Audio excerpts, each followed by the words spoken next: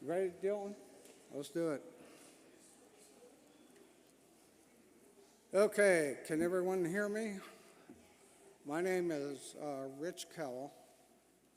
I am a member of the Men of the Chapel Ministry. A lot of other churches called Men's Ministry. I want to thank you for attending this evening.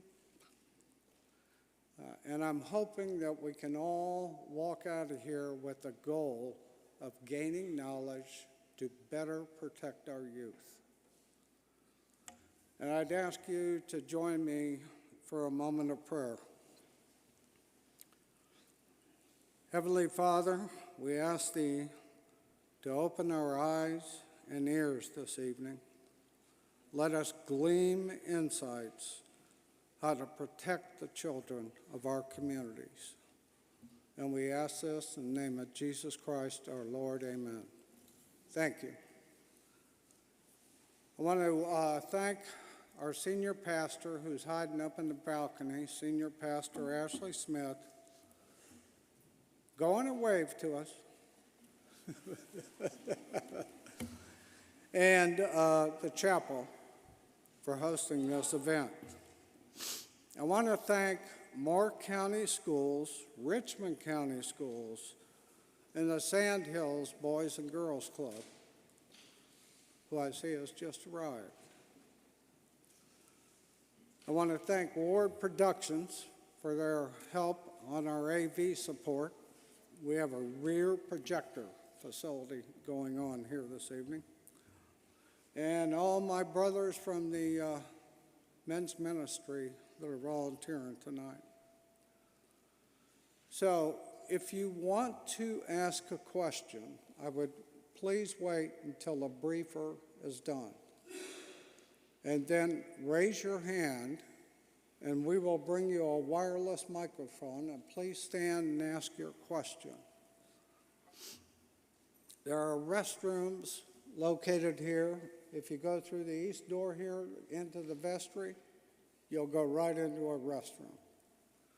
There's more restrooms right out this door over in the admin building.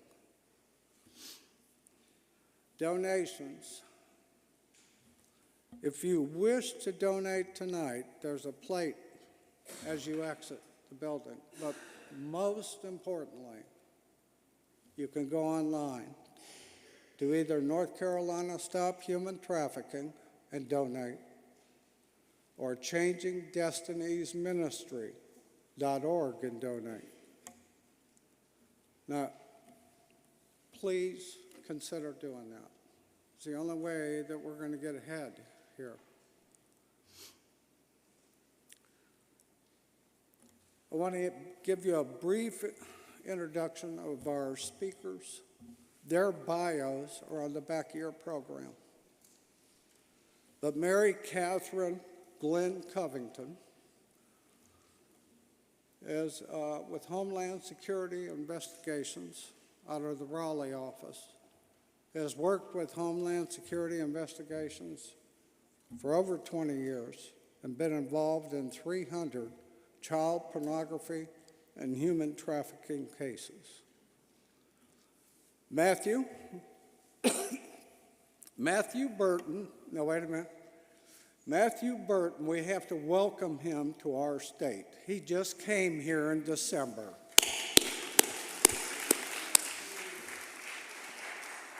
Matthew has been with Homeland Security Investigations for 5 years. He was in El Paso, Texas. Prior to being with HSI, he was a Border Patrol agent. Pam Strickland. Pam is from eastern North Carolina, over in Pastor Ashley's neck of the woods. But Pam is the founder of North Carolina Stop Human Trafficking. She does a lot of teaching to law enforcement groups just like us this evening.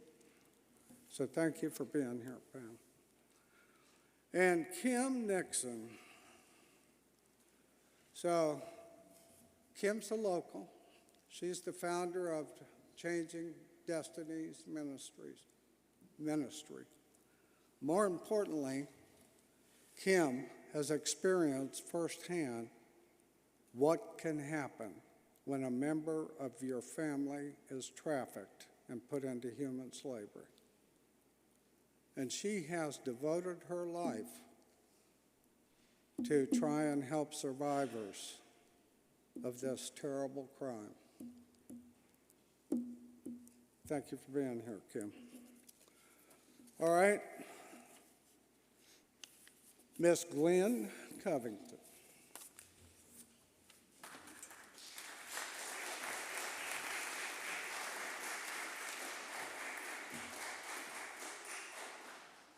Can everybody hear me? No? Let me step up here. I usually like to move around when I'm speaking. But like you said, I've been an HSI agent for 20 years. I work child exploitation, which is child pornography, and I work human trafficking in the Raleigh area, also the Fayetteville area. Our office covers Moore County. So I have done a lot of cases throughout the eastern part of the state. And so I'm here to talk about human trafficking. And who knows what HSI is, Homeland Security Investigations? Nobody. Okay, so we're going to kind of do a little background what HSI is, so you guys kind of get a flavor of what we do, what our agency is. Okay. Oops. Okay, and so this is kind of what we're going to talk about tonight. Also, there's a little bit of overlap with my presentation and Pam's presentation, so I'm going to kind of go a little bit quick through mine. I have some case studies that I've done, or cases that I've done, so I'm going to talk about those, which might be a little bit more interesting. So I can talk about those longer, and then Pam will talk about indicators, more about HT and things like that. And so our agency, we do work human trafficking. We have lots of task forces around the country, not just here in North Carolina. And then you'll understand what human traffickers do, how they exploit. We'll identify indicators of human trafficking, learn how to recognize, report, and respond. But when we talk about that, if you come across someone you think's being trafficked, don't approach them. Contact law enforcement. Be a good witness. I'm sure you've heard that before. So please don't approach them, because that could put them in danger even more. Just contact law enforcement. They'll be more than happy to help. And so, you know, we have over 6,000 agents in our agency. My office in Raleigh, I think we have like 17 agents. Greensboro, I'm not real sure, I think 8 to 9 agents. So we're in smaller offices. Our main office in the Carolinas is in Charlotte. I think they've got 50 agents. So we're a smaller office, so we're all broke up we cover different counties in North Carolina. And so these are some of the things that we do. We do border security, homeland, public safety, public health, global trade, the U.S. economy and technology. We do have a group that, you know, is always on the internet trying to stop all these, the Chinese and the Russians trying to break into our stuff here. Border security. If you want more on that, Matt can talk to you about that since you just came back from El Paso. Is there sound? Oop. Hold on. Can you get sound? Are you getting sound back there? Oh, he's trying, sorry. And this will just be a little video about what we do.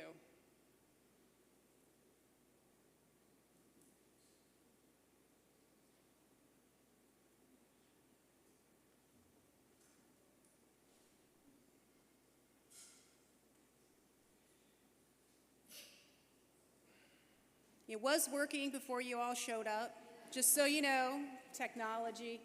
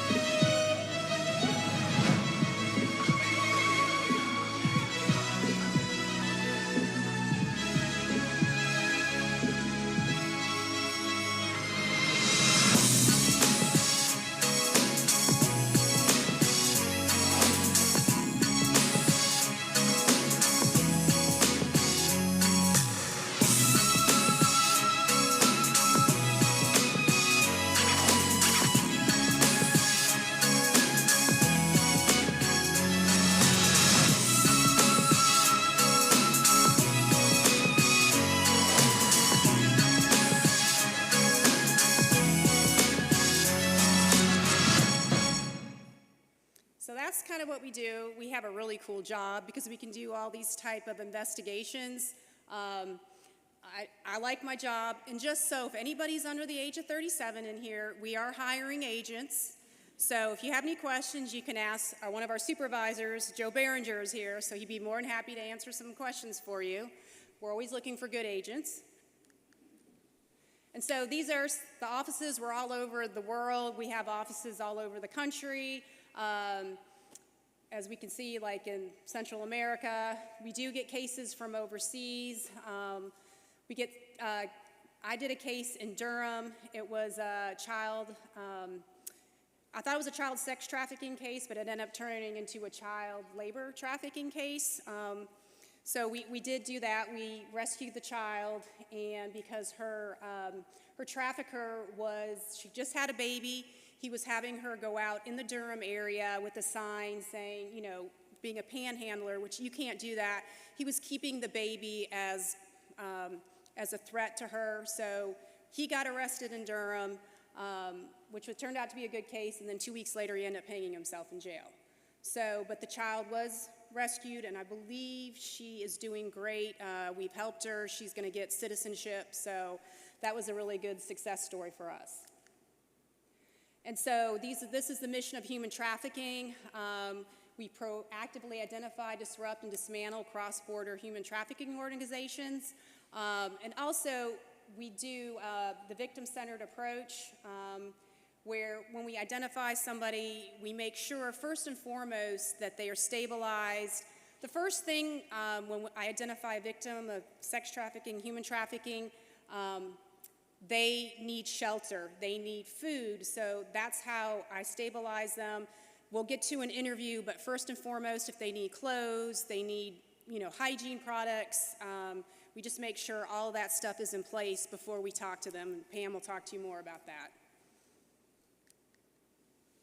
And then, like I said, we're here to help prevent human trafficking. We work with local, state, and other federal partners on identifying traffickers. And not all traffickers it's international trafficking. A lot of it is domestic trafficking. We have a lot of traffickers in the Raleigh area, Greensboro area, it could be down in Greenville. Law enforcement has ways to detect possible trafficking scenarios, and we identify victims that way. We partner with not only law enforcement, we partner with our NGO partners. I work a lot with A21. They help me with victims that I rescue.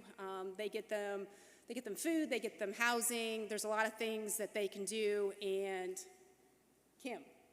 Kim will be the person in this area that can help with that also, to help get victims stabilized. And I didn't know that until I got here this evening, that we have a great resource here in Pinehurst, Moore County, so that's going to be a huge help. And then again, we prosecute cases either on the state or federal. I've worked quite a few sex trafficking cases, and more than likely the trafficker is going to want to go to trial because, you know, no one's smarter than they are, certainly not the government. They think they're smarter. It's all the victim's fault, and so they want to go try to persuade a jury that what they did was, yeah, they didn't do anything wrong. Well, that never goes right for them.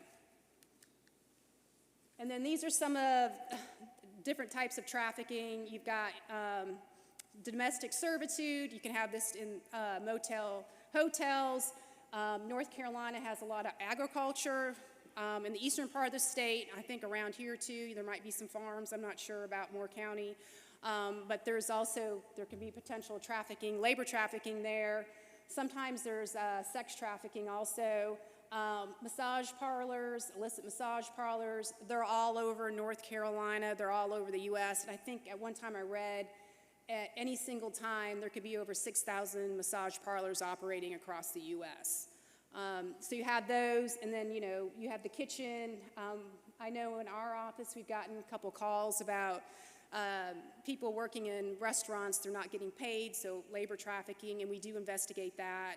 In Raleigh, they investigate that in Greensboro too. And so these are our stats from last year. So we initiated 1,300 investigations. We had over 2,600 arrests, and the convictions is 638. And once it comes from the start of a sex trafficking investigation to the end, it could take a year or two before that's completed. So that's why it takes a long time. So that's why convictions are not as high as the arrests. So like I tell my victims that I rescue from human trafficking, it's not a sprint, it's a marathon. It just takes a long time to work through the court system. And then we have identified over 730 victims, and those are minors, male victims, female victims, trans victims, any kind of victim HSI works with. I know Kim will work with, and I know Pam works with too.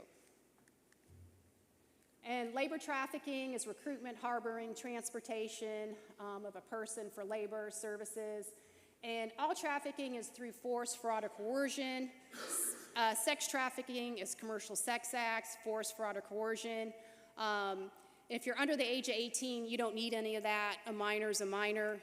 I've done cases where my victims are 17 years old and 11 months. They're still considered a minor, so the trafficker will be charged with sex trafficking of a minor, so it doesn't matter.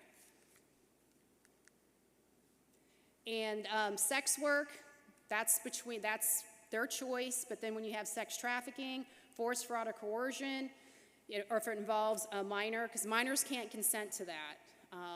A lot of people, or a lot of traffickers I talk to, they think that since your age of consent is 16 in North Carolina, they think once you turn 16 they can traffic that girl or that boy, but that's not true. Federally, no, that's not true, and I think state, they've changed it to 17 also. Is that correct? 18, under 18, okay. Because I know that was a problem a while ago, but that got changed. So, so any minor under the age of 18 will be prosecuted as a minor. And when we do, and I say victims, but when I do talk to a victim, I tell them the reason why I use the term victim is that's a legal term, but they're actually a survivor. But in order to get through the court system, they're identified as a victim. But we use, you're a survivor, but sometimes victims or survivors, they don't want to identify that as that either. So it takes a while for them to figure out what had happened to them. It's a long process, a long road to recovery. Then we got the labor trafficking. I worked a case where several of the victims came over from Mexico. They were promised jobs at a farm, I think in Johnston County or Sampson County, and they didn't get paid what they were told. They had subpar housing and the food situation. So that's still getting looked into. Again, these cases take a while to prosecute, to get through the court system, because these cases, they all hinge on victim testimony. So we got to make sure the victim's stable. We got to make, that takes sometimes a process. It can take up to a year. We interview them multiple times. And during that time, if they're addicted to drugs, they may have gotten off drugs for a couple months, and then they relapse. And so then we don't know where they are. We're trying to find them. So it's like sometimes they get in a vicious cycle of they'll go into recovery, then they relapse. And then we have to start over again, or we have to locate them. And so it could be they might move out of North Carolina, so we have to go to a different state to try to find them. But HSI and all these NGO partners we work with are always trying to make sure the victim is stabilized and they get the services they need. And I'm going to give it up to Matt, our resident human smuggler agent.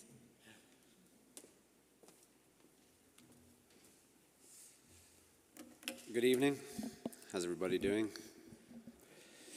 So, as Mr. Cowell said, I'm new to the Greensboro area. I was in El Paso for 15 years.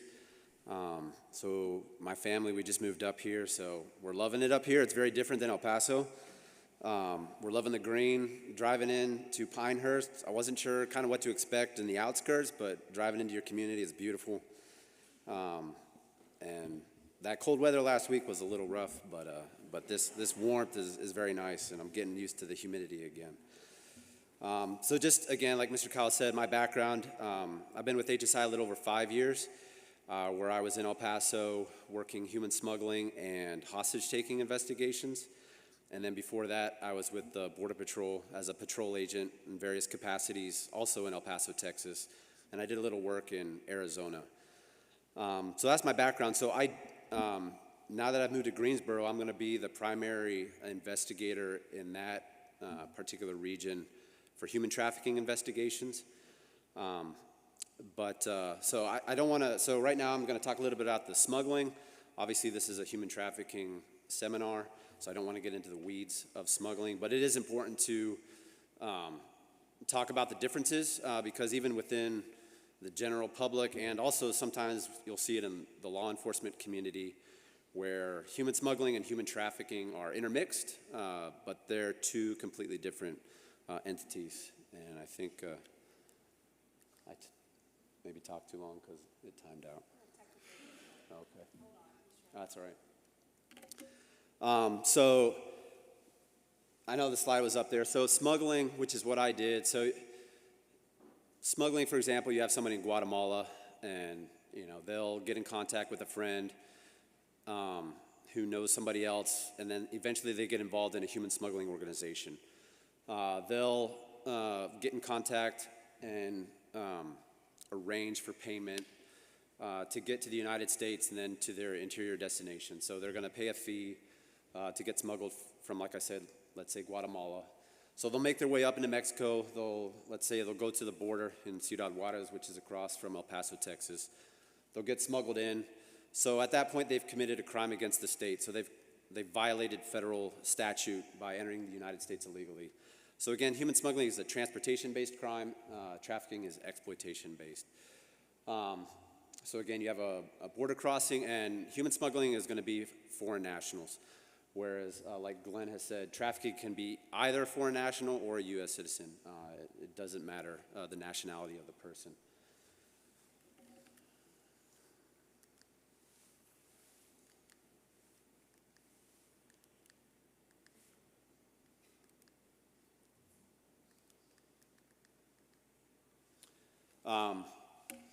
So this slide just shows the overlap. Again, both smuggling and trafficking are money-making businesses, if you will. So for smuggling, everything can be traced back to a cartel in Mexico.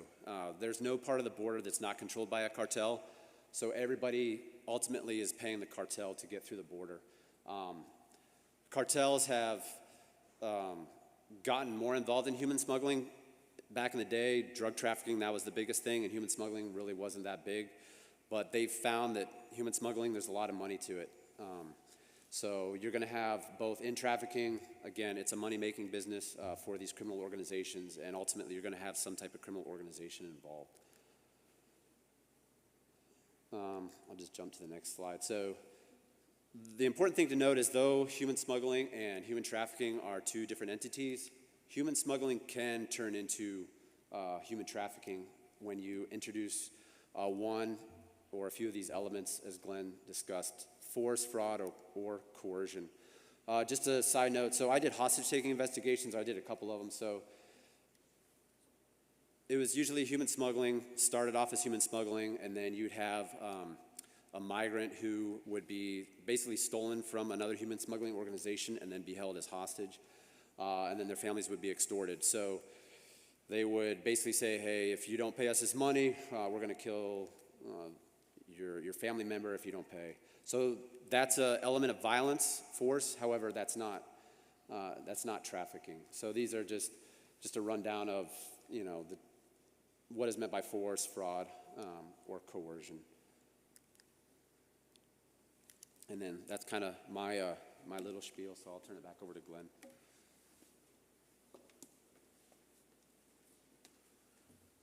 Does anybody have any questions for him about the border, or are we can do that at the end if he's got any questions? So traffickers and victims can be of any age, race, sex, gender, identity. Immigration status doesn't matter. If we do locate a victim that is a foreign national, we have different ways to help the victim. We have a U visa, we have a T visa. We also have continued presence where we can get them into the country for 2 years and why we're working on their case, so they have status, they can work also. So we do have different things that we can help with the victim. And then, excuse me, and then we have the gangs. Gangs are starting to do more sex trafficking because for some reason they think that if they get caught with drugs, they're going to go to jail for a long time. No. If they get caught trafficking a minor, that's, mandatory minimum 10 years. But usually it's a lot more because a lot of the stuff that they've done. Now, I've had cases where some of them are gang members where they were sentenced to like 3 life sentences for trafficking minors. So they will get more jail time than trafficking drugs, at least that I've seen. I'm not a drug agent. This guy over here is more of a drug agent. He can maybe answer that question.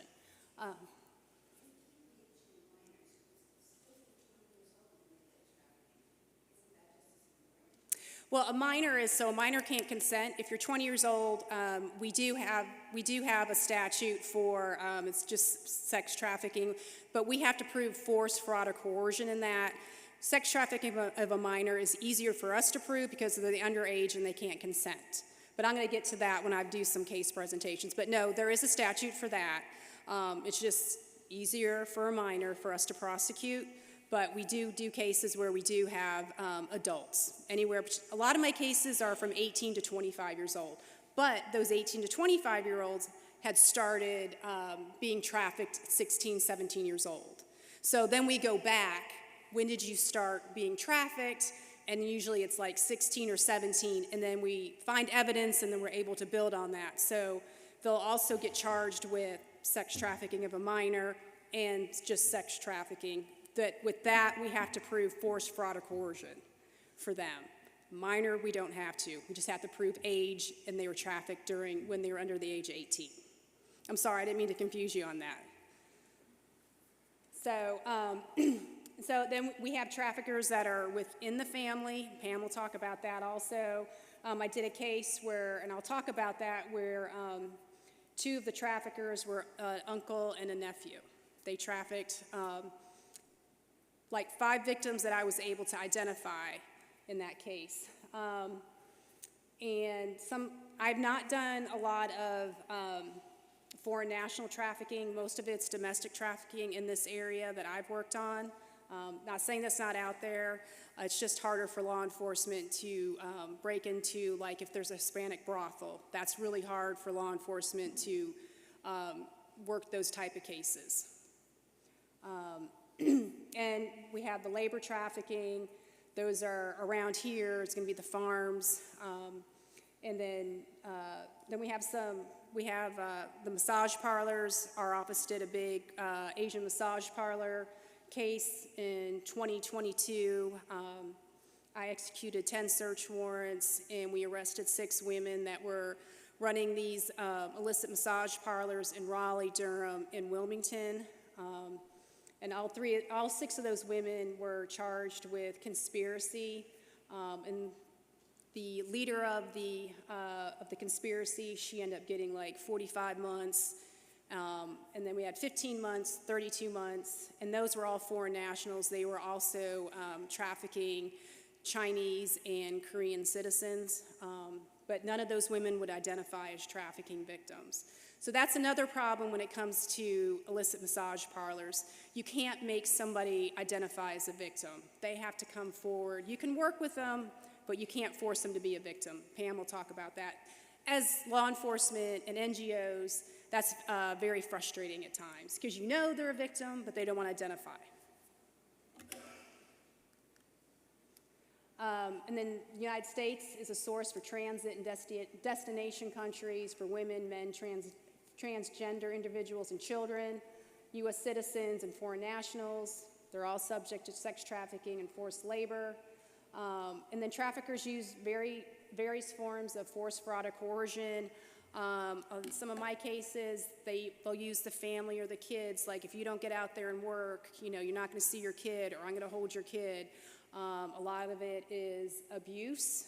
It can be anywhere from like beating them, it could be verbal abuse. In one of my cases, several of my victims were maybe like 5'2", and the trafficker was like 6'4". So just his mere presence and him just saying certain things, they knew if they didn't follow through, they were going to get their behind beat. So, I mean, it's just intimidation, manipulation. And these are different areas where you can find, trafficking victims. I'm sure everybody's, commercial sex acts is the one that everybody's familiar with, or landscaping or things like that, agriculture like around here. Like I said, my child labor trafficking victim, she was peddling and begging. She had a sign held up, so, and we were able to locate where she was working because thank God now we've got video cameras everywhere, so we knew where she was, so we were able to prove that charge. And so these are some of the working living conditions, some indicators, but not all of these indicators are proof of human trafficking. Pam's going to go over that. I'm just touching base on that. But just because, I will say one thing, and this has happened sometimes in my cases. A lot of people will be like, well, if that person was trafficked, why is this person happy, or why is there a photograph of someone smiling? It might have been something nice that the trafficker had done at the time, maybe got her nails done or her hair done, and she's happy at that moment, but a lot of times they're not. But that's also brought up as like, why are you smiling in this picture? Or you don't seem like you're being trafficked. At some point, the trafficker can be nice at that time. So don't let that fool you. Abnormal behavior, very controlling, victim doesn't speak to anyone, the trafficker will speak for the victim. And so here's a case that I did. It was the U.S. versus Brandon Jennings.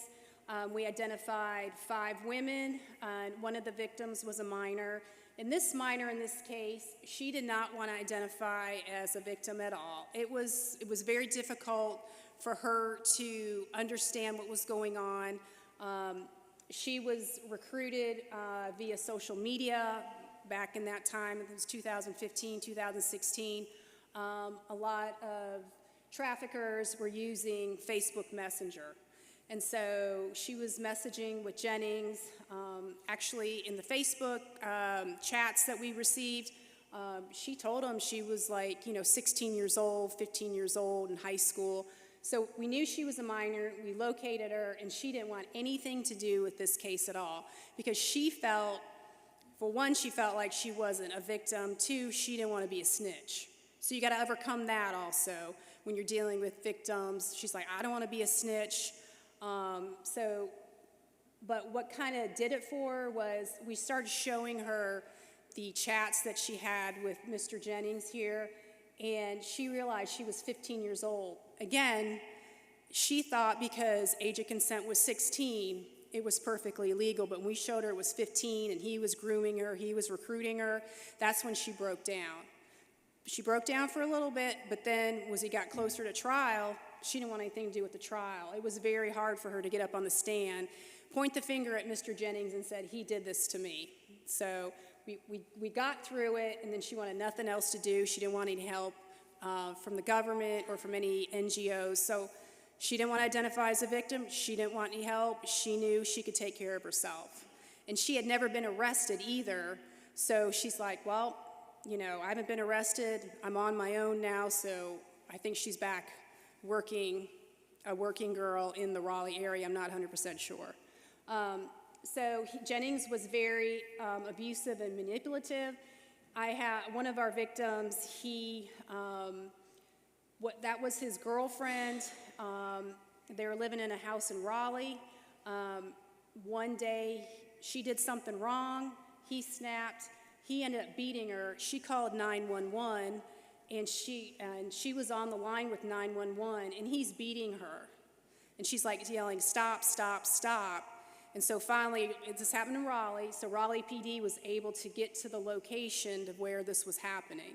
So they were able to stop it. But, so she called 9, she had finally had enough. So we have those other victims that finally have enough of what's going on, and they will reach out to law enforcement. They might reach out to an NGO. So, but she was brave, and she did really well in our trial, but she has a long way to go, because they all have a lot of things they have to work through, a lot of therapy. It just takes time. In Jennings, he beat several of the women that he had trafficked. One of the victims, they were out in Washington. They went from Raleigh to Colorado up to Washington and Idaho, and he was working one of the girls out of a hotel up there, I should say women, and he got upset with her because she was supposed to put his clothes out every day.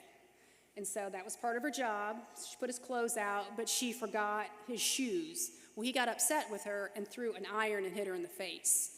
So just any little thing sometimes can set off these traffickers.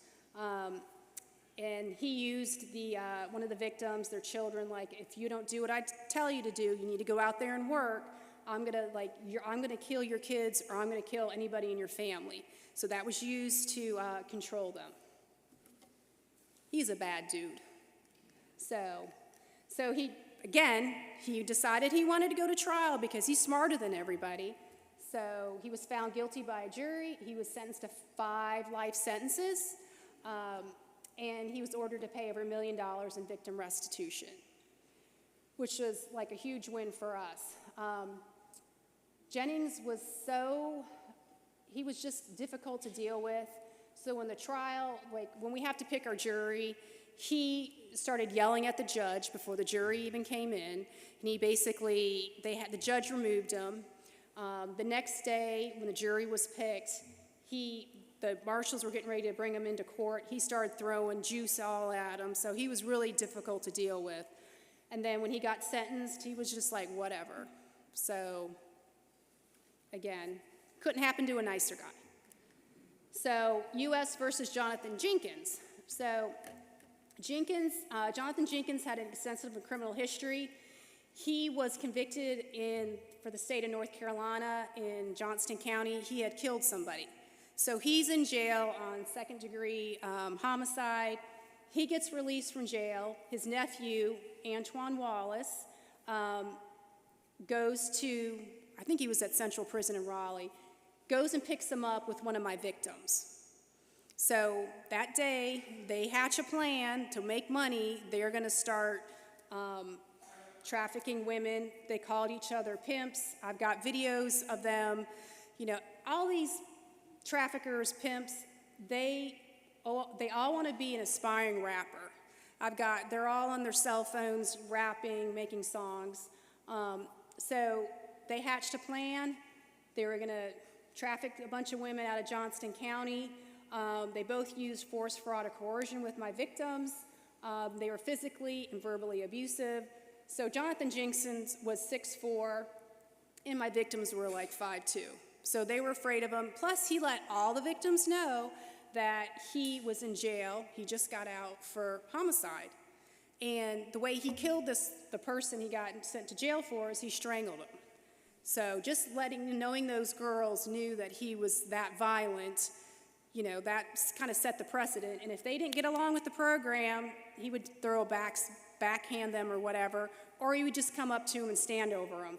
Also, he used to tell the girls that he had some special powers and that he, you know, would use voodoo on the girls. Like, he had them believe all this stuff, and they were deathly afraid of him.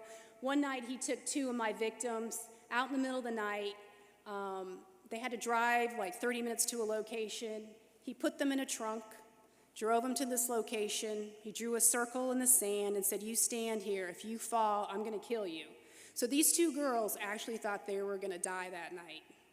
He choked one of them till they passed out, just to get control, to make sure they keep working. We identified 2 of the victims. They were minors.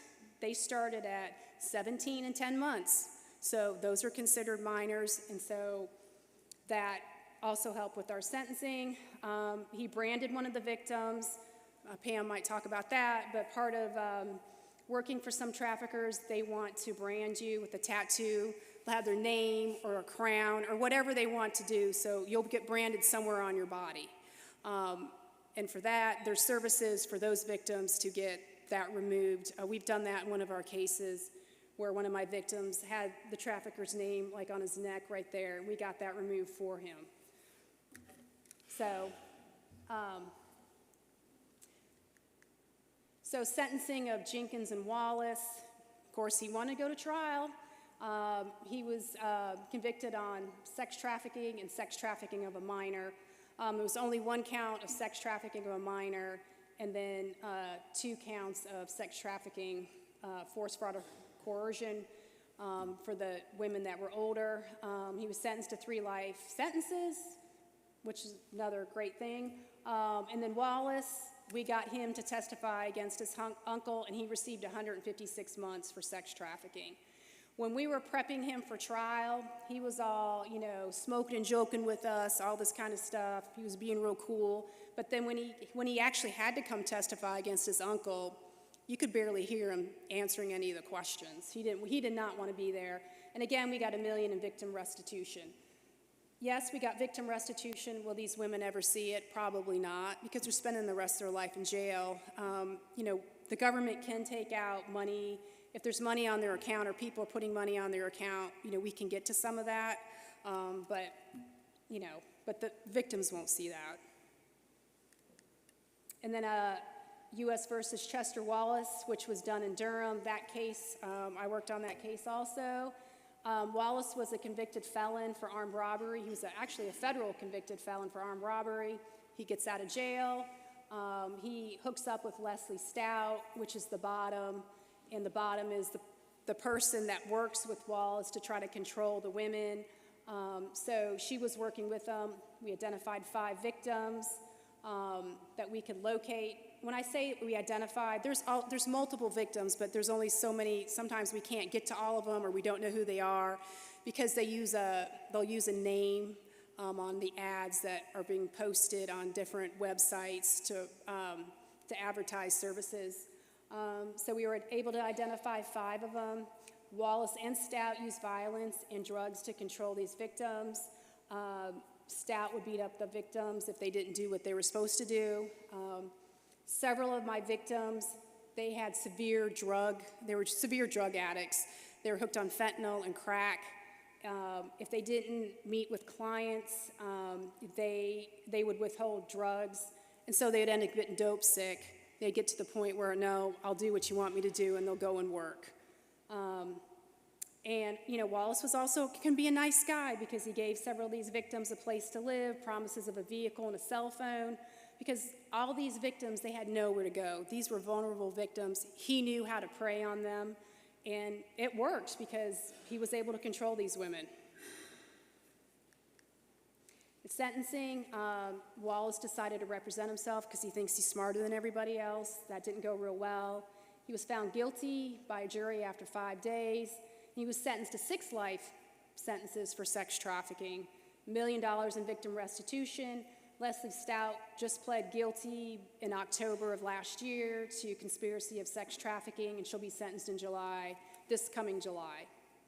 And that conspiracy of sex trafficking is, I think she's going to end up getting like 10 years. I think that's what they've worked out. And she actually took responsibility for what she had done to these other victims. And here's our mission. We want to, advance human trafficking, law enforcement operations. We want to protect victims, and just basically work with anybody. If we get tips, we'll run them down, and just be vigilant to what's around you. If you see something, say something. Again, don't approach if you think if that person's with a trafficker. Contact law enforcement. Here's the HSI tip line. And then there's the National Human Trafficking Hotline. If you call the National Human Trafficking Hotline, those tips they'll come down to whatever state, and they'll come down to me if it's in this area. I'll get the tip, and then we'll look at it and investigate it. And then this is how you can help. You can recognize, know the signs, report it, call the tip line about suspicious activity. But if you think it's, the tip line, they can't do immediate, contact your local law enforcement, call 911.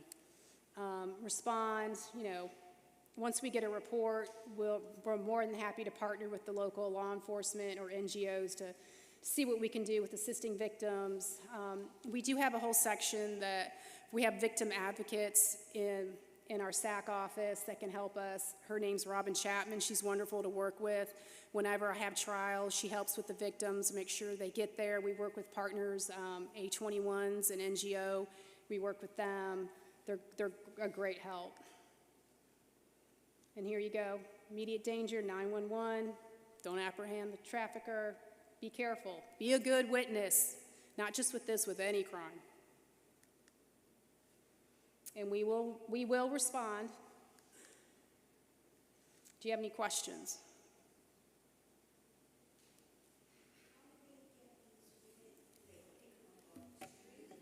No, it's mostly through social media or like dating websites, like Plenty of Fish. They'll just start talking to them, and a lot of these victims are vulnerable, and they don't have anybody to talk to. And oh, someone's listening to me, or there's a money-making opportunity, or they want to be in the entertainment business. So the entertainment business turns out to be, I'm going to traffic you. So there's many, and Pam will talk more about that, how these traffickers recruit women. But a lot of it's social media. So if you have kids, be vigilant with cell phones, please. Any other questions? Do you have questions for Matt? You got questions for the supervisor about wanting to be an agent? I see a lot of you meeting that age. No? Oh.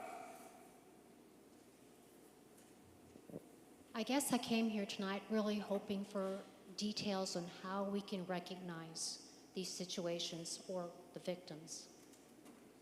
Okay, Pam's going to cover that in her, I think you're next. So Pam's next. Our presentations kind of overlap, so she's going to cover that. This is a border question. How bad is it on the border? We see a lot on social media, we see a lot on television. How bad is it?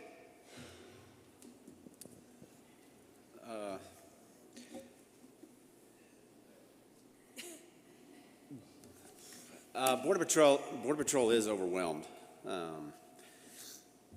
I mean, a lot of resources are going to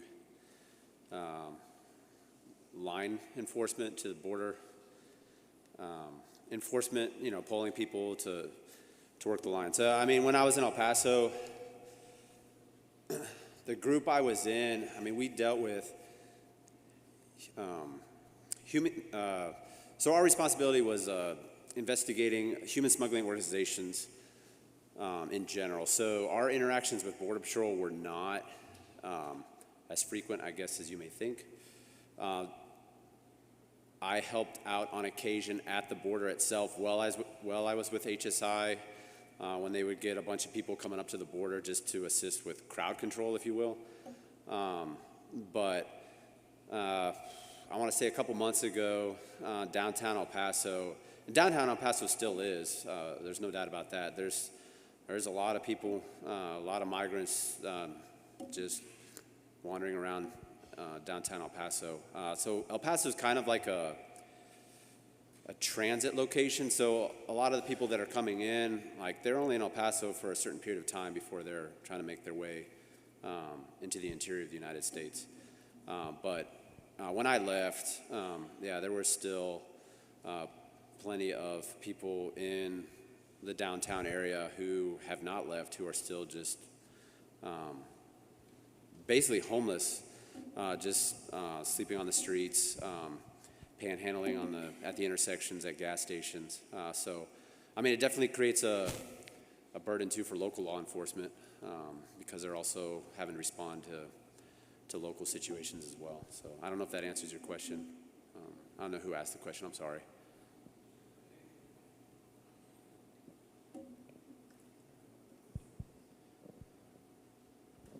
My question is, the numbers are horrendous, and it seems like it's getting more and more trafficking. That's the supply side. What are they doing on the demand side? Are they doing anything to get the perverts that are seeking these poor children? I'll let Glenn speak to that. Can you repeat the question? I'm sorry. Can you repeat it? Or- I was asking, are they doing anything? Are they doing anything on the demand side? The supply side is the trafficking. It was just horrible.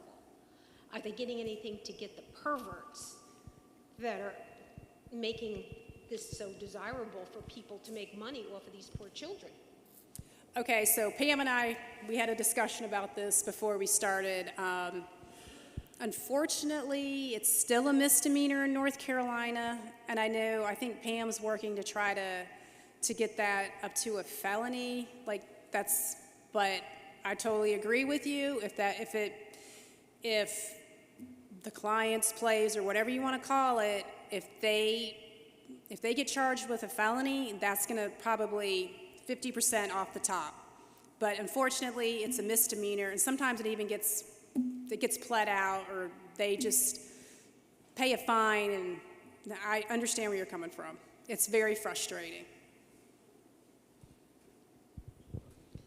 Yeah, first of all, thank you guys for being here tonight. And this June, we have a big golf tournament here. The U.S. Open's coming to Pinehurst, and I overheard someone talking about this being an opportune time for this kind of activity here in this community specifically. Are there certain things that we should be looking for that would be any different than what you've already kind of laid out or what we've heard before about how to identify? I mean, how would that work in a community like this during a large tournament like that? Well, I would have to say you just have to be vigilant and just, because you don't know, if you go to the golf tournament, you could be standing next to a female or a male, and it just be like your next door neighbor, and you just don't know. But you kind of have to just be vigilant and just look around, and I can't give you definitely what an indicator is. You just kind of have to look. If something doesn't feel right, if you've got that intuition, call 911 or report it, because I know there's going to be a lot of law enforcement here, and just let them know if just something isn't right. Or if you see a woman that's not dressed for this area or dressed for the tournament, that's, the outfit's not what you think it should be, I would probably alert law enforcement. That's a tricky one, because you have kids, and then you have women that, might be more on the higher end, working for a trafficker. So that's kind of a tricky one right there. But just kind of be mindful of stuff like that. I'm sorry, I can't give you an answer, but just be, vigilant.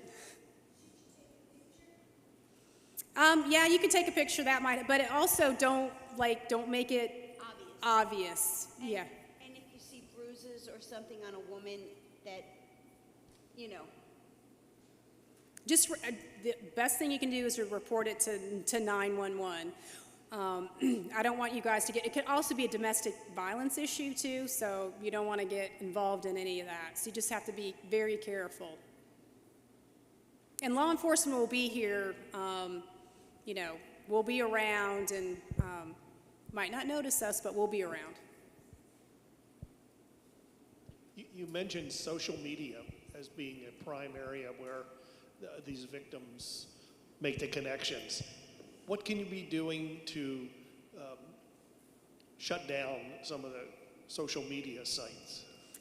Well, we can't shut down social media sites. It just, we can just be vigilant, because, my minor victim in the Jennings case, they were talking via Facebook Messenger. Just because you're talking, doesn't mean, you're doing something nefarious. It's just, we can't shut down social media. Just as a parent or a guardian, you just have to be on guard, so, with cell phones, things like that.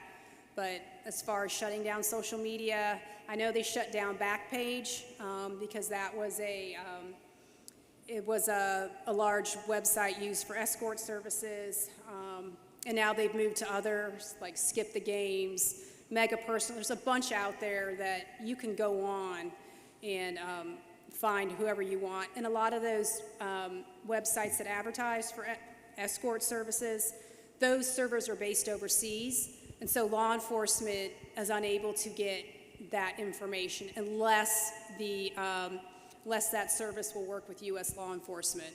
That's a tough one. Hi, yeah, thanks for being here tonight. My name's Elias. Nice to meet you. Can you speak to the disparity of the number of victims being women of color who either identify as black women or Latina women and that are being trafficked at much higher rates than others? And how are you and how can we help to combat that? Okay, so I'm thinking through all my cases. The cases that I've worked, it's been about 50-50 between African American and white. So it just all depends. This is just me on the cases I've worked. It just depends on the circumstances of the victim. Did they come from a good home? Were they a runaway? But, I've had victims that come from good homes that just get caught up in a bad situation. They get recruited off of social media. I've had runaways that end up being victims of sex trafficking. There's kids in the foster system. So for me and what I see, it's about a 50-50. So, and the Hispanic population, I know there's a lot of Hispanic brothels, but law enforcement has a hard time breaking into trying to investigate those. So I can't speak to that. I'm sorry. Yeah. Okay.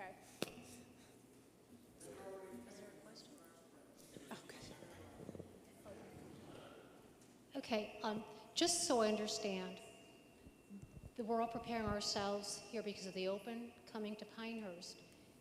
And what I don't understand or I'm confused on is, are traffickers coming here to, what's the word? Exploit? To gain more victims, or are they here to provide a service? Because you used a woman as an example of someone who's dressed out of place. Are they bringing their services here, or are they here to obtain more victims? That's what I don't understand. Okay, so that could depend. So you have the Super Bowl, you have NASCAR races. So a lot of these traffickers, they will go to these large-scale events because there's a lot of people there. There's a lot of men that attend these events. No, I'm not trying to, offend anybody, but these traffickers will follow these large events because there's a lot of money also that can be made. So there's just certain ones, and there might be some victims that are being trafficked here that are local, or when you get trafficked, you might start in Moore County, you go to Raleigh, you go to Greensboro, you go to Wilmington, you go to Myrtle Beach, you go to Charlotte. There's kind of a track that they run, and it just depends what NASCAR, Super Bowl, US Open. So they do like large-scale events because they're going to make a lot of money off that one victim or multiple victims. I guess we're done. Why don't we, Pam's going to come up and she can probably answer some questions. I was just really quickly wondering, you mentioned social media, so which platforms are you seeing the most recruiting or targeting going on? That's a hard one to answer.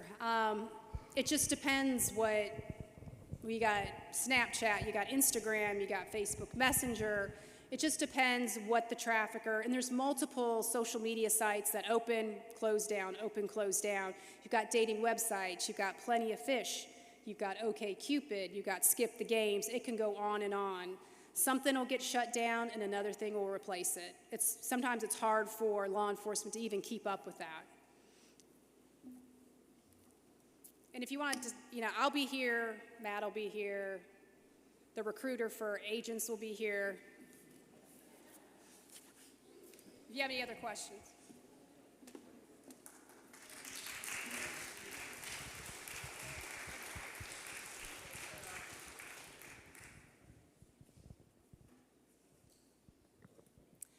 Good evening. The first thing I'm gonna do is take y'all's picture. Gotta prove I was here, you know. I am glad to be here. I'm Pam Strickland. I'm the founder of North Carolina Stop Human Trafficking. And I wanted to tell you a little bit about our nonprofit. We have been around since 2010, so I've been working in this for about 14 years now. Our vision is very, very simple: a state free of human trafficking. Our mission, the way we go about trying to accomplish that, is by creating communities actively working to abolish human trafficking. So I'm hoping, if you all aren't already, that by the end of this evening, that this will be a community that is actively working to stop human trafficking. So some of the things that we do to try to accomplish that, the first one is education. So we certainly enjoy coming out to community events like this to be sure that the general public is educated about what human trafficking is and how to look for it. We also spend a lot of time educating professional groups. We educate law enforcement, social workers, school staff, healthcare professionals.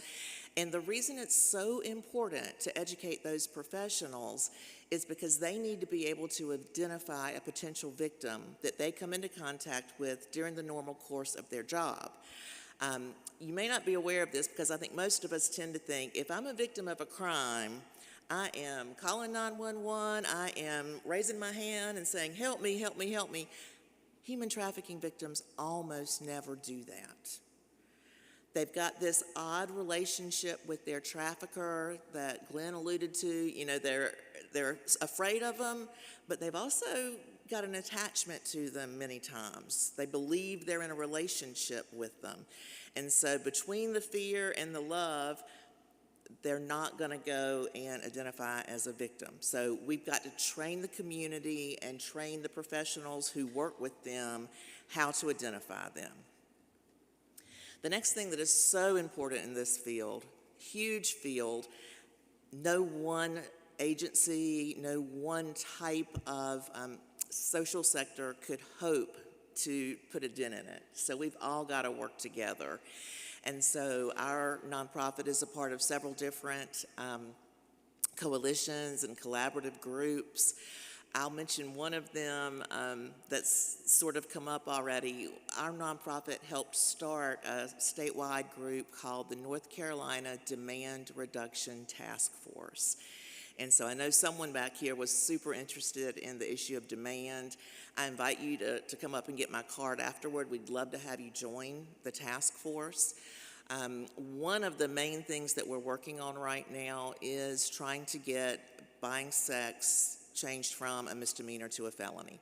So if y'all have any contacts with your elected officials, I encourage you to contact them and let them know that that is something that's important to you. I mean, there's a lot of other pieces to it, to be clear. I'm not just making it into a felony. So we've got teams working on a lot of different pieces of the demand reduction issue, but that's one that you could very easily help with. So I sort of touched on legislation already. Our nonprofit is very engaged in assisting with strengthening our legislation here at a state level as well as the federal level. And many of you might be familiar with the issue of fair trade certification, fair trade coffee. Anybody? Not really. Okay, well, y'all need to go out and look for the fair trade logo. It means slave-free, child labor-free. It means that the product that you're holding that has that logo, the people who made it or harvested it, manufactured it, were paid a fair living wage. And hopefully you can connect those dots that we want to increase demand for these products that are not made by exploited people so we can reduce exploitation. So the things we're going to look at today are: what is human trafficking? How can I recognize it? Which several questions seem to be about that. What should I do if I suspect a case? And what can I do to increase awareness and engagement in the community? So I'm not going to go over this because Glenn already covered this, But something that is super important that I think can help you is in any issue that you want to learn more about, the best way to learn is by listening to someone who's been through it, right? So I'm going to introduce you to my friend Anna. Anna, when you hear her talk, you're going to think she's a U.S. citizen because her English is so perfect. But she's actually from the Netherlands. And she met the person who would become her trafficker playing games, computer games. And so, and she was an adult, and this happened to her. So I strongly encourage any of you that have kids or grandkids that are playing games with people across the world, keep an eye on that, on who they're talking to, and if they decide they want to meet someone that they've only met online, you go with them. All right, let's see if this is going to work. Let's go back to when you met. You said you met online, playing a game. And how did he convince you to come to the U.S. to see it? Honestly, I wouldn't be able to pinpoint how he managed to do that. It was just like we were in a relationship. I didn't see no danger. So we were talking about when you first came, and so there were no red flags. Everything was totally fine. Then you came back the second time with your kids. When you came back with them, it was just for a vacation. Yes. Yes. So tell us, how did you end up staying? I got an email from my ex-husband stating that the house that I was staying in was being confiscated by the police because I had animals. And the girl that was supposed to be taking care of my animals wasn't doing it. Well, I was gone for 3 weeks, and animals do what they have to do, so it was, needless to say, pretty nasty. And I lost everything, and this is where our abuser started whispering in my ear, stay here, I'll marry you, don't worry about it, I'll take care of you, your kids, and we're going to be a family. And so, with that in the back of my mind, I talked to my ex-husband, and we agreed that I should just go ahead and stay. I believed that he was going to marry me. I believed that everything was going to be fine, everything was going to be normal. Little did I know that 3 months later, 2 months later, things were going to be different. That we were going to be victims of his tyranny. In the beginning, he would pretend that when he kicked me out of the bed, calling me a dog, he pretended the next day that he didn't remember. But he remembered because I had to get with the program. So that's what he used, and when he figured out that he couldn't get me personally is when he started getting my kids, because he realized that the only way he could hurt me was hurting my kids. So that's how he got us to stay. So you were here on a tourist visa? Yes. And he just encouraged you to... Yes. He didn't, offer to get you an attorney so you could stay here legally? No, it was all about him. He wanted to get an attorney because he was still married at the time. He wanted to get an attorney for that. He did call immigration lawyers, but he said that it was too expensive. So he just told me to lay low, not get in trouble. So I think the best way, as I said, for us to learn about human trafficking is to hear it directly from someone who's been through it. So starting at the beginning of why she stayed here, bad things happened back home. The trafficker had nothing to do with that. But he did what predators do, which is he took advantage of someone in a vulnerable situation. He knew she didn't know anybody else in the area, that she wouldn't have anyone to go to for help if he decided to start exerting power over her. He tells her, oh, we're going to get married, we're going to be a family. was never going to happen. He said the thing about the visa always, you know, it'd be funny if it wasn't so sad, right? He was never going to get her a visa. Why? Because he could hold it over her head. Just like she said at the end, he told me to lay low and stay out of trouble. So that's a very typical thing for a trafficker to do, to take away the passport or visa or any identification documents from a victim, and they use that as a method of coercion and just hold it over their heads. So we've got another scene we're going to hear from her. Yes, my daughter, my son and daughter, they witnessed our abuser choking me to where I couldn't breathe, and it really scared my daughter. She went to school the next day, and she went to a counselor, and she told him what was going on in the house, and I wasn't aware that she did that. Next thing I know, police are knocking on the door. They're separating me and my abuser. And they were actually pushing me to admit to what was going on, but I couldn't do it because our abuser kept telling me that he knew how to kill somebody. He knew how to get rid of a body, that nobody would find us, that law enforcement and the government was not going to help us, that they were going to take my kids away from me. They would put me in jail. I would never see my kids again. When you hear that for a couple of years on top of all the abuse, you believe it.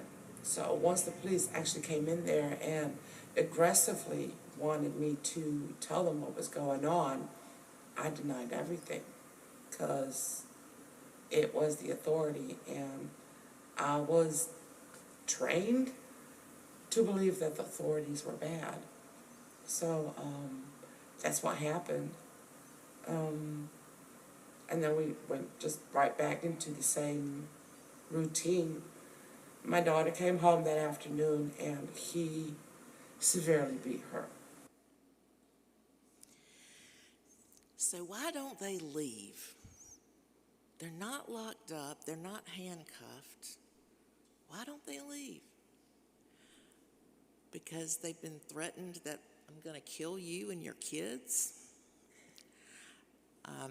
From someone who has already been extremely verbally and physically abusive, would you believe that he might kill you if you displeased him? I would. You know, I do want to point out, law enforcement did exactly what they were supposed to do in this case, right? They came, they split up the offender from the victim and said, you know, hey, Anna, tell us what happened. She's like, no, I'm good. So this is why they do that. They're scared. I do want to point out that, you know, not all cases have force, fraud, and coercion. A lot of them do, and this one did, right? We know we've heard and seen physical force. We've heard about coercion from threats or coercion, and the visa being taken away, the passport. And then the fraud was the promise of marriage, you know, that was never going to happen.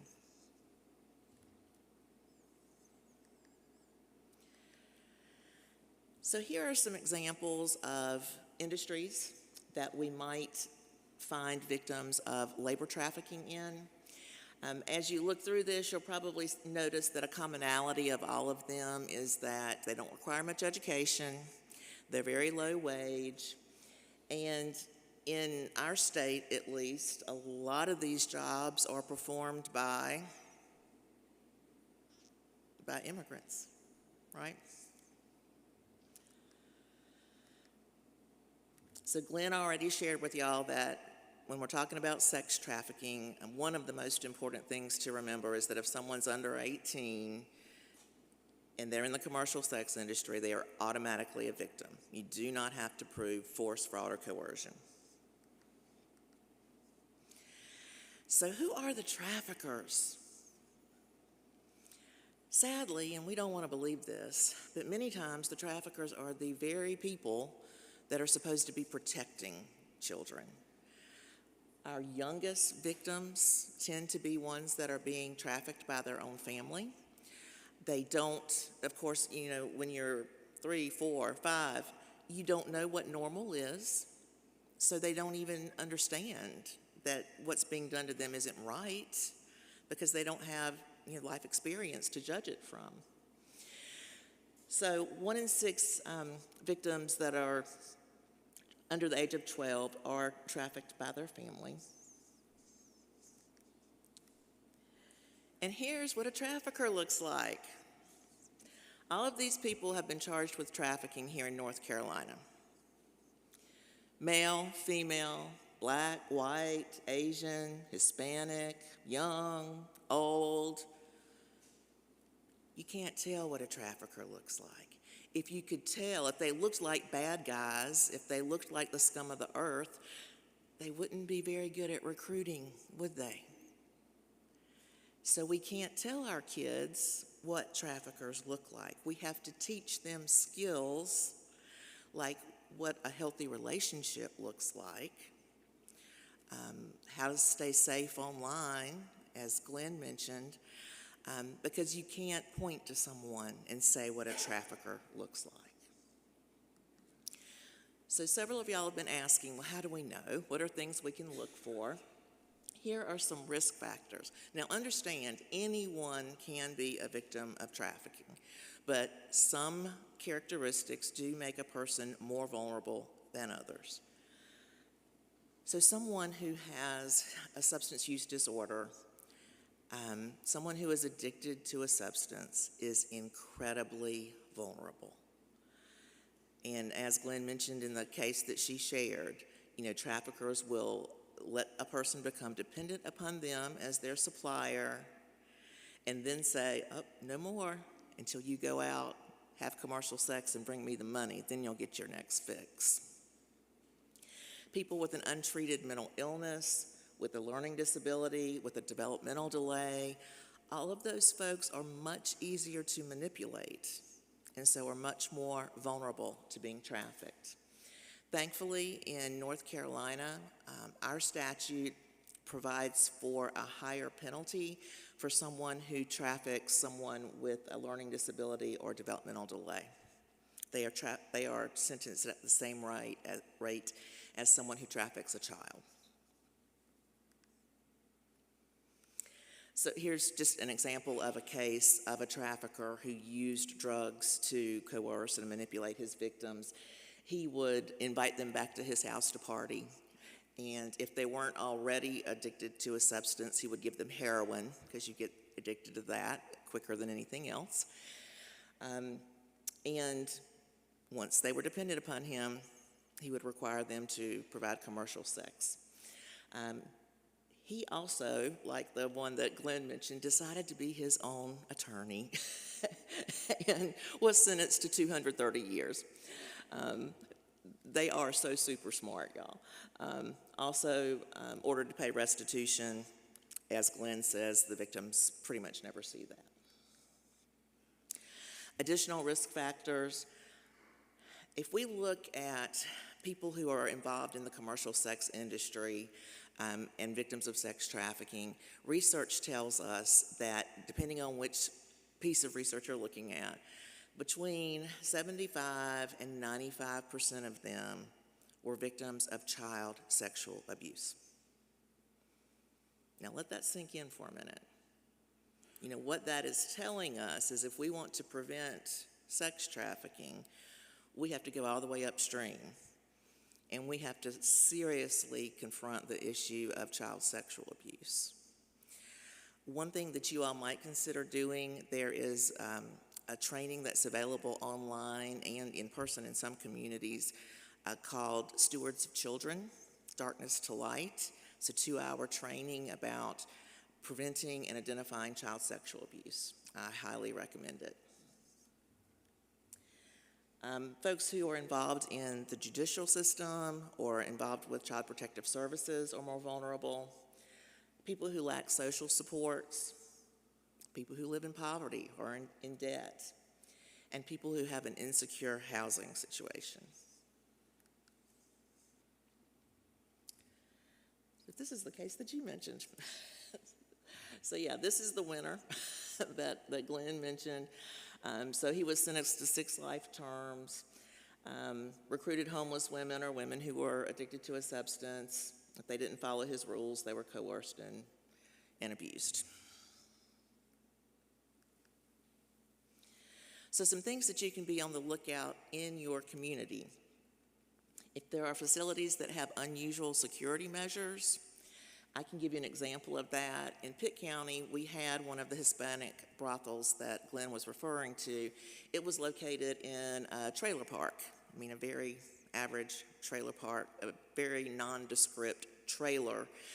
But this trailer had security cameras all around it. Does that seem normal? No. My law enforcement friend said, Pam, we call that a clue. So, cameras where it doesn't make sense, barbed wire that's facing in instead of out, locks where they shouldn't be, bars on windows where you wouldn't expect them to be. Just, it just doesn't look right. If there's either a business or a residence where you see lots of young women going in, but they rarely come out, or if they come out, someone's always with them. Lots of coming and going in general. That's mostly males. That's fairly, they come, they're there for not very long, and they leave. And that's a sign of a drug house too. But you would still want to call law enforcement. Employees living where they work. So if you have a restaurant where the employees all work their shift and then they all go upstairs and sleep in an apartment upstairs. If they arrive and leave in the same vehicle, they all come to the nail salon in a van. They work their shift, they all leave in a van. Now let me be really clear about these indicators. These are things to just kind of perk your mind up, right? None of these by themselves say this is human trafficking. All right, if you noticed one of these, you look at the totality of the situation, see if anything else strikes you as odd. Do a gut check, like Glenn said. I always suggest folks do a gut check. If it doesn't feel right, it's not. Some other things you can be on the lookout for. Does the person have their own ID? If they don't have it, who has it? Is somebody else in control of their money? If we're talking about a minor, do they run away from home a lot? Are they having a problem getting secure housing? Does the person appear to be distressed? They're acting fearful or anxious. You're in a restaurant or nail salon, the person that's serving you, everything's fine, everything's going great until the manager comes over, and then they just freeze up or just get really scared looking or really nervous all of a sudden. Red flag. Does the child all of a sudden start just using language that's not appropriate or dressing inappropriately? Is the person isolated? And of course we know that's a indicator also for domestic violence. Someone who's trying to control someone, one of the first things they're going to do is try to isolate them from any friends and family. Does the person have tattoos? And if they're in a friend group, do they all have the same tattoo? Because that's something that, as Glenn mentioned, that traffickers will do. They'll mark their property. We talked about drug use. Do they have signs of physical trauma and they won't tell you how they got them? So someone mentioned the bruising or, they've got a black eye. Although I will say, pimps generally, if they're going to injure someone, they prefer to injure them where it can't be seen. They don't want to damage the merchandise. Initially, when we're in the honeymoon period, the trafficker will often give the victim gifts. Get their nails done, give them a designer bag or shoes or something. So if someone in your life all of a sudden has things and cannot explain where they came from. You know, they haven't gotten a super great job or, you know, inherited a lot of money, but they're having things they haven't had before. Are they all of a sudden traveling a lot? And it doesn't have to be, you know, grand things like to the Super Bowl or to, you know, going to California or Vegas or whatever. It can just be going from, you know, they live here in Pinehurst and they're spending this weekend in Wilmington and that weekend in Raleigh and this weekend in Greensboro, because the traffickers will just take them around. They'll place an ad in a lot of different places, and then whichever ad gets the most response, that's the city they go to. Does the person have a lot of hotel key cards? Does the person, particularly if they're a minor, have a much older romantic partner?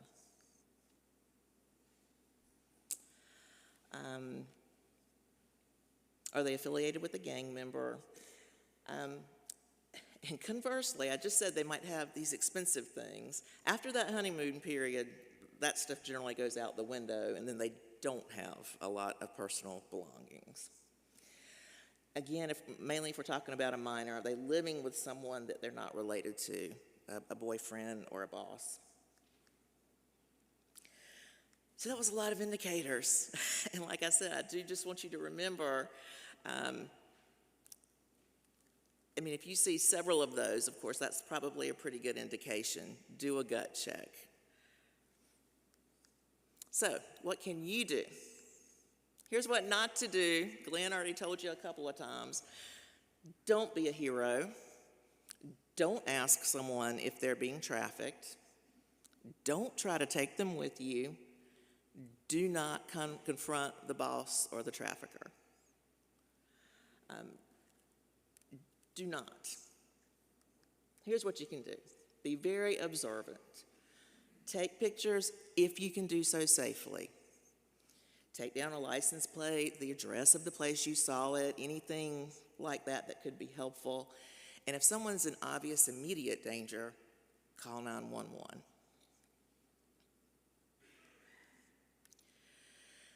So how to report? If we're talking about a minor that you suspect is being trafficked or otherwise abused or neglected, we are all mandatory reporters. You have to call DSS and your local law enforcement. Now, it used to be you had to call one or the other. Now, why do you think the law changed that you got to call both of them?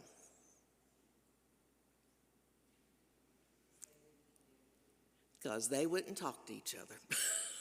Exactly. So you have to call both of them.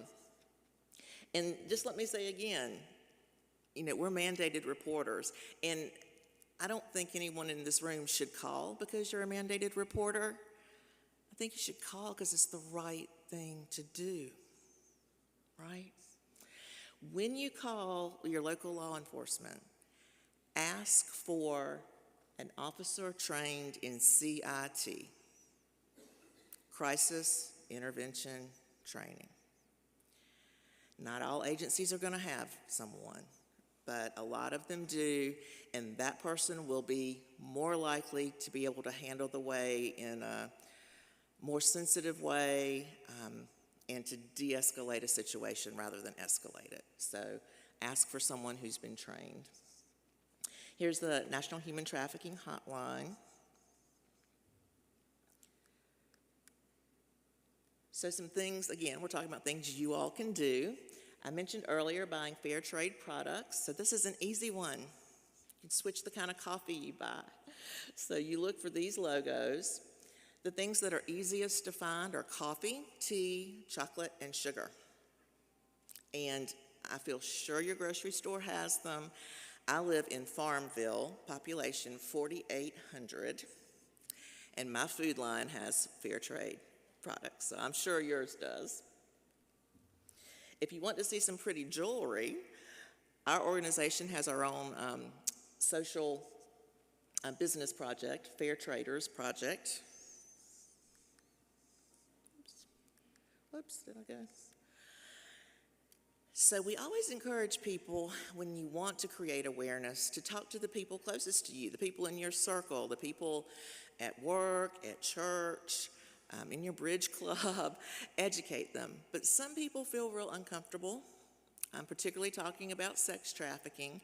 So if you are on social media, please feel free to follow us, and then you can share information, and that's one way you can get it out there without having to directly talk to someone about it. If you want to learn more details about human trafficking, we are having a webinar this coming week that's an hour long, and you can just go to our website and register for that. We do webinars fairly often. You can also go to our YouTube channel and see, we've done a ton of different trainings that you can learn about labor trafficking, about how to talk to your kids about pornography and online behavior. We've got a couple on pornography and how it's related to sex trafficking. So a lot that you could learn there if you're interested. And here's our team. So you can call us if you're interested in having someone come to a group that you're a part of, or a professional group that you're a part of. We would be delighted to do that. So, any questions for me?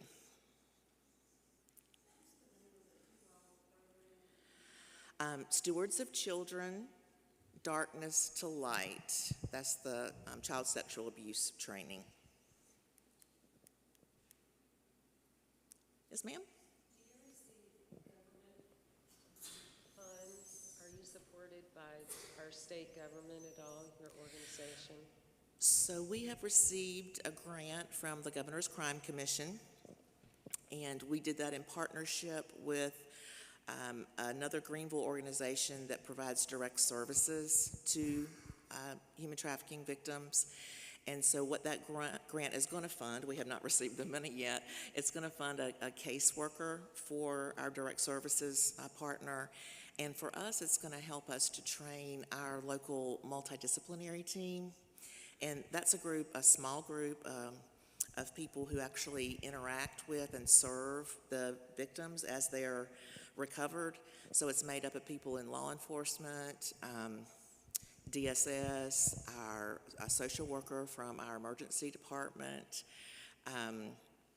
the local Legal Aid of North Carolina office, our local domestic violence agency. So all those folks come together and need training, we're going to work on a data collection system, and so the grant's going to help us with that.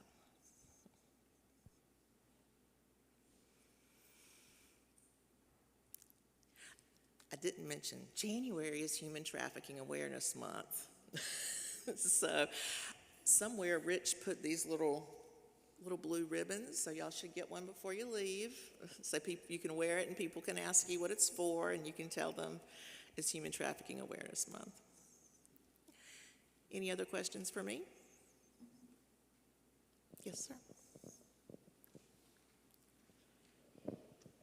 Now, labor trafficking is a company or the business or the farm or whatever responsible for ensuring that they're not employing laborers who have been trafficked? And if they do, are they guilty also of breaking the law? Great question. So here in North Carolina, when we talk about, I'll say agricultural workers first, most of the time the farmer or the business, so to speak, leaves the handling of the employees to a foreman or to a contractor that they work with. And so they tend to plead ignorance about how the workers are actually being treated. So the cases that I'm aware of, and you can correct me if y'all know, the cases that I'm aware of is the contractor who has been targeted. But let me say, here in North Carolina, we are an incredibly, incredibly business-friendly state, and especially friendly to farms. So I am not aware of a single farm farmer or farm labor contractor that has been criminally charged with human trafficking. There have been civil suits brought by Legal Aid of North Carolina, but even though there are obvious laws that have been broken, they have not been charged criminally.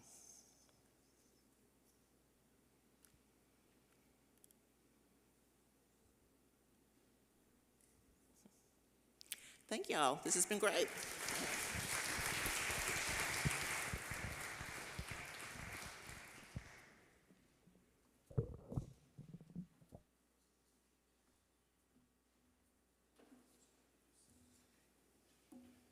Hello, everyone. I'm Kim Nixon from Changing Destinies Ministry. Thank you for being here. I'm thankful for the Village Chapel for opening up this discussion during Human Trafficking Awareness Month because it's critical. Rich had mentioned, and it's in my bio, that I did have a daughter who was trafficked. And honestly, back in 1998, when she was being groomed by her trafficker, I wish I would have had training like this to open my eyes and be aware, and hopefully I could have prevented that from happening to her in 2002. So it's very important that what you learn here, you take with you to your family members, particularly your children. So Changing Destinies Ministry, we are a faith-based anti-human trafficking organization in Moore County. And here's our vision. We want to see sex-trafficked women encounter God's love, experience transformation, and reintegrate into society, and that's kind of a progression. The idea is if they encounter God's love, either just an encounter with his presence or through people like in this audience who are the hands and feet of Jesus, then their lives will experience that transformation. And when they experience transformation, then they can reintegrate back into society and live a life of the dreams that they've had all along, which definitely were not when the trafficker intersected in their lives and took them off in a different direction. Our mission, to provide a place of refuge for sex-trafficked women through a Christ-centered residential program. And the reason why we are faith-based, for one thing, I'm the co-founder, and that's my worldview as a Christian worldview. And also the fact that as I watch my daughter navigate through this healing process, she has told us that it was the faith-based approach that helped her the most with healing, because what a trafficker does is they steal their dreams away. And she said it takes faith to dream again. So she came out with her story in 2013. So we've had roughly 10 years of watching her navigate this healing process. And she's doing very well. In fact, in 2018, her and I gave our testimony here. So if you think about Changing Destinies in terms of maybe departments, this would be how we would look if we have the leadership in these areas. One is Reveal, which is a prevention part. That's the education and training that we do with events like this, as well as survivor testimony. Retrieve survivors through networking, partnerships, cooperation with law enforcement, government agencies, and community advocates. So we are working right now on getting our shelter open. So when we are looking to bring women into the shelter, of course, we have to collaborate with different organizations in order to bring them to the shelter or get women who are in Moore County to other shelters across the nation. Revere sex trafficked and exploited survivors through all CDM's programs. That's basically outreach and loving these people back to through their healing, and restore and reintegrate survivors into society through our Christ-centered program at Rachel's Refuge.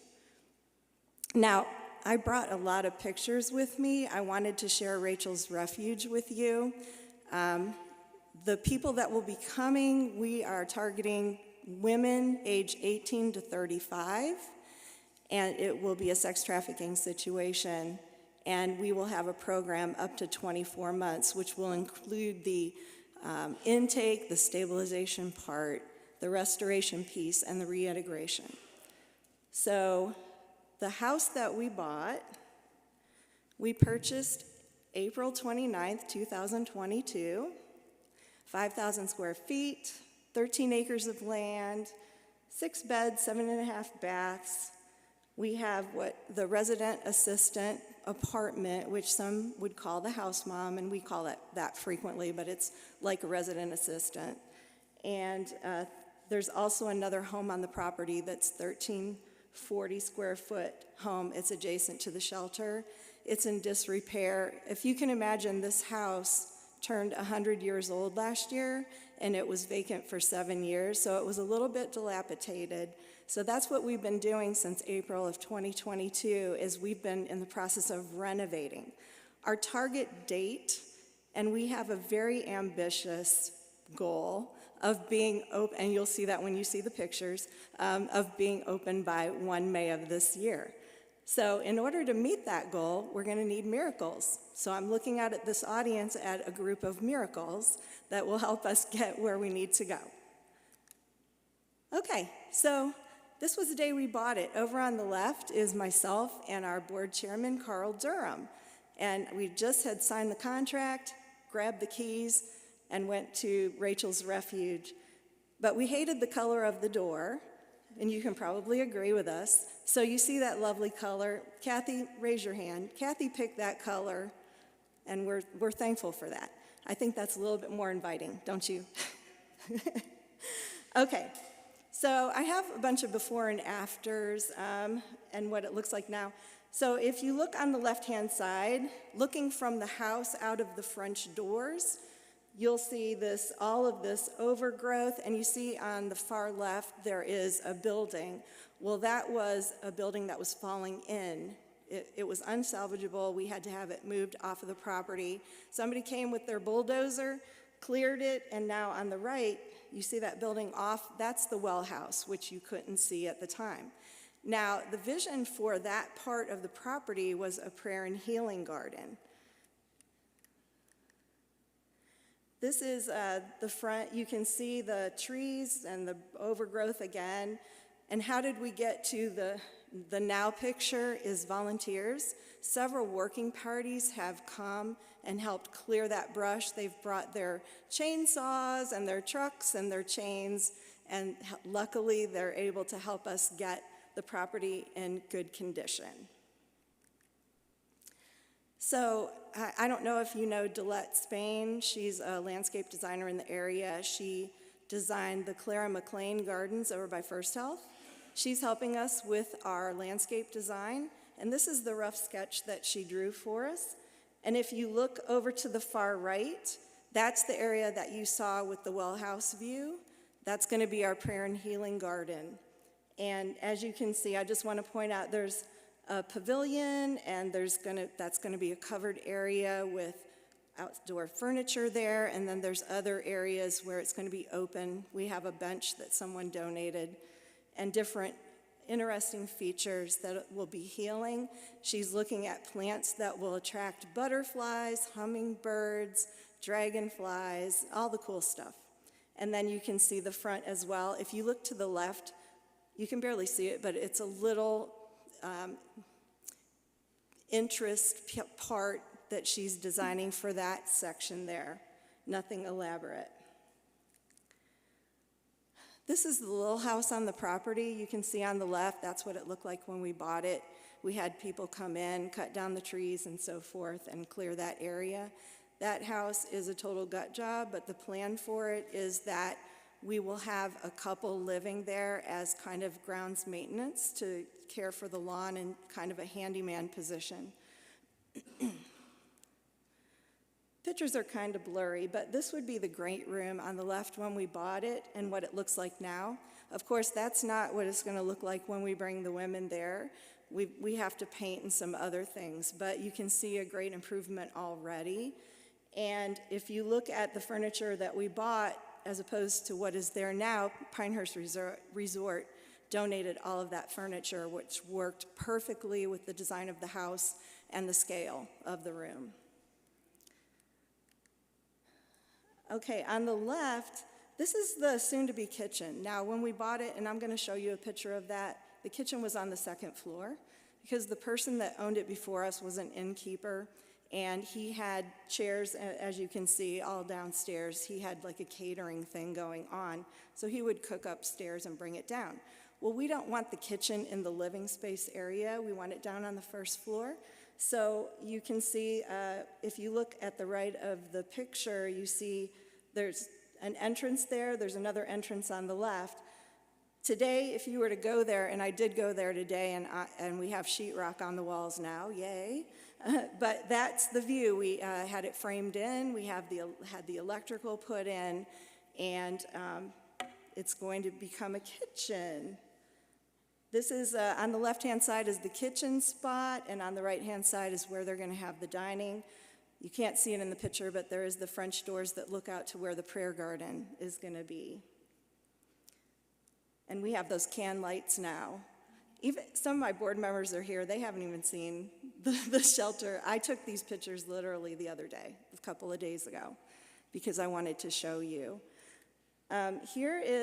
We had someone design the kitchen. So if you're looking at it from the dining room area, which was the picture on the right, that's what you're going to see. Isn't it beautiful? Okay, and if you're looking towards the dining room, that's what it looks like. Of course, to the left past the sink is the French doors that go out to the garden. There's the sink part, and here's what it looks like without the island in the way. So we're very excited about that. I can't remember when that's going in. Do you, Kathy, when the kitchen is going to? Soon. Soon. Soon. It is, 2 ovens, yeah. The person that designed it, when we're thinking of a boarding house with 7 women, he thought that it would be a good idea to have the 2 ovens, and we agreed with him. Okay, so now we're up on the second floor, and I'm excited to show you this because when we started meeting, April-May timeframe, we had a property committee, and we were dreaming. We were looking at the spaces, what we had, what we needed, and we were starting to conceptualize what the house would be. And we knew that we needed someone living there. So if you look at, this was the kitchen. To the right, and you can't see it, was his living room where he lived, he and his wife. If you go straight through that door, that's the laundry room. And you take a right, that was the bedroom. And I'm going to show you the different parts. Now, this is what it looks like now. Let me just point out something. You see where the refrigerator is and that window by the refrigerator, and then you've got the 2 on the other side. Well, this is it now, and you're wondering, Kim, why are you showing me drywall? This isn't exciting, but it is to me because we were conceptualizing this mother's apartment. So on this side of the wall is where the laundry part and storage is. So if you look to the right, there's 2 closets there. One is for shelves, the one on the right, and the one on the left is for bigger items like the vacuum cleaners and the mops. And then if you look to the left, where that window is, which is where that refrigerator was, that's going to be a door. That's going to be a fire exit off the second floor. So we'll have a stairway and we'll have a deck out there. And you see where the wall is to the left of that window. That was where the 2 stoves were in the previous picture. This is what's going there now. It's going to be a folding table with storage for the laundry detergent and other things. Now, I want to show you this view. So this is when you're looking at the kitchen from the opposite view, which you see the refrigerator on the right. You can see straight ahead, there's a bathroom, and to the right is, it was an area where he had his sink and his dishwasher. So that's it now. That's where the bathroom and the dishwasher were, is going to be the girls' laundry room, 2 washers and 2 dryers. So we have all the roughed-in stuff for that. I'm showing you this again because I want to point your attention to the door next to the freezer up there on the left. So there's a wall there now, and we created a door to go into the bedroom in another area. This is the kitchen area. You can see over on the right, it's roughed in for a stackable washer and dryer, and the sinks are going to go under the 2 windows. And then this is what it's going to look like when it's done, a little apartment for our resident assistant. I think it's going to be really cute. And then, of course, you're looking there, again, there's the wall. That's where you're going to have your oven and your refrigerator, just like that. Okay, this is what it looked like when we bought it. This was his living space. To the left of that big black couch, we created a doorway to go into the bedroom. If you look on the right-hand side, that big desk, that was a wall and a desk, that's gone. So this is what it looks like now. There's a little closet they created for our shoes and coats, and there's the doorway looking down the hall on the 2nd floor. The bedrooms for the ladies are down the hall there. This is the laundry room before, and now this is what it looks like. These are 3 pictures, but you can get an idea. There's a shower on the right, the toilet's going under the sink, and then the vanity is on the left.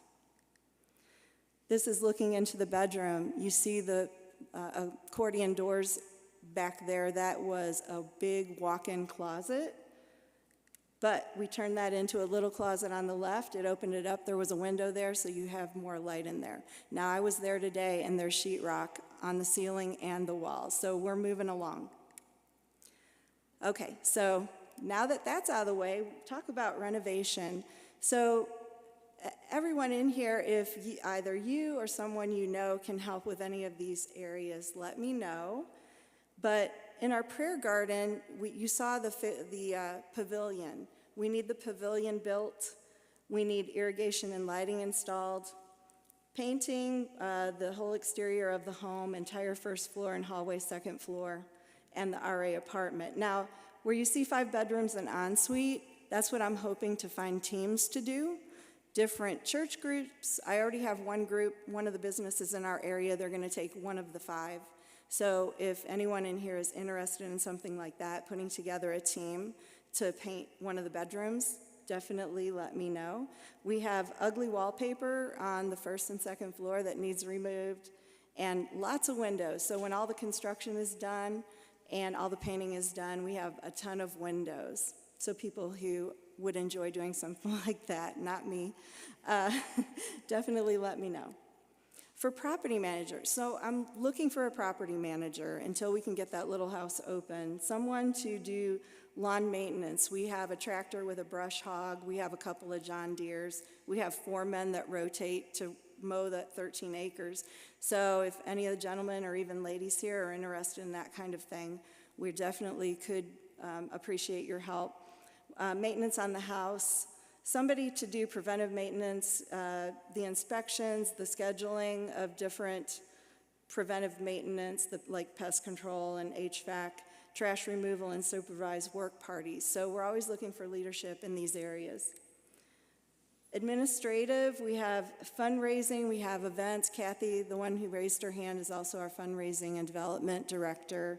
We're always looking for people to solicit silent and live auction items. Again, not a strength of mine, but some people are very good at that. Someone to run teams going for sponsorships, event planning. We have team leaders on some of those things that we could plug you in with that individual. We're looking for grant writers, and this was alluded to with grants in terms of federal grants. Because we're faith-based, we're not eligible for a lot of the federal grants because of strings attached. So we need someone who is knowledgeable about the faith-based part of it and can help connect us with foundations and others where this would not be an issue. Solicit corporation, church, foundation, individuals. We have marketing and communication. We do have a group that does that. But if you have some skill in like graphic design, newsletters, social media, photography, we're always looking for that. We have finance committee, people to audit, work with us on the budget. The volunteer coordinator is a big need of ours. If that sounds like something you would be interested in, I would love to just talk to you. We're looking at HR for recruiting, interviews, hires, personnel evals, identify performance gaps. Again, under the reveal, trainers, curriculum developers for onboarding, prevention and awareness, continual education. Another big need is for intercessors. We want to create teams doing prayer walks, worship inside of the house, develop prayer strategies. As we're getting ready to move these women in, we need people to hold them up in prayer, as well as the workers. Program director, when we're talking about Rachel's Refuge, somebody to create the program, case management, identify resources, a resident assistant, people to do shifts there, and a trauma-informed therapist.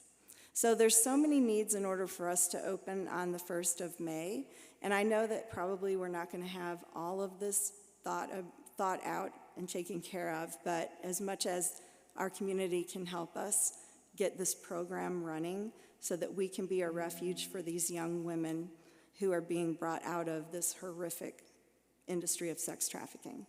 So thank you.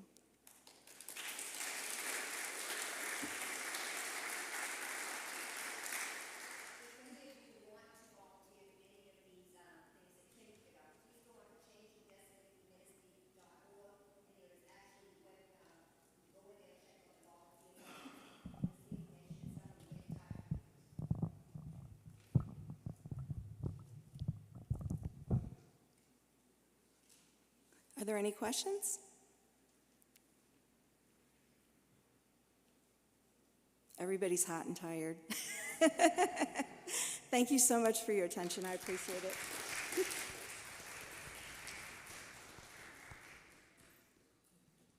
Okay.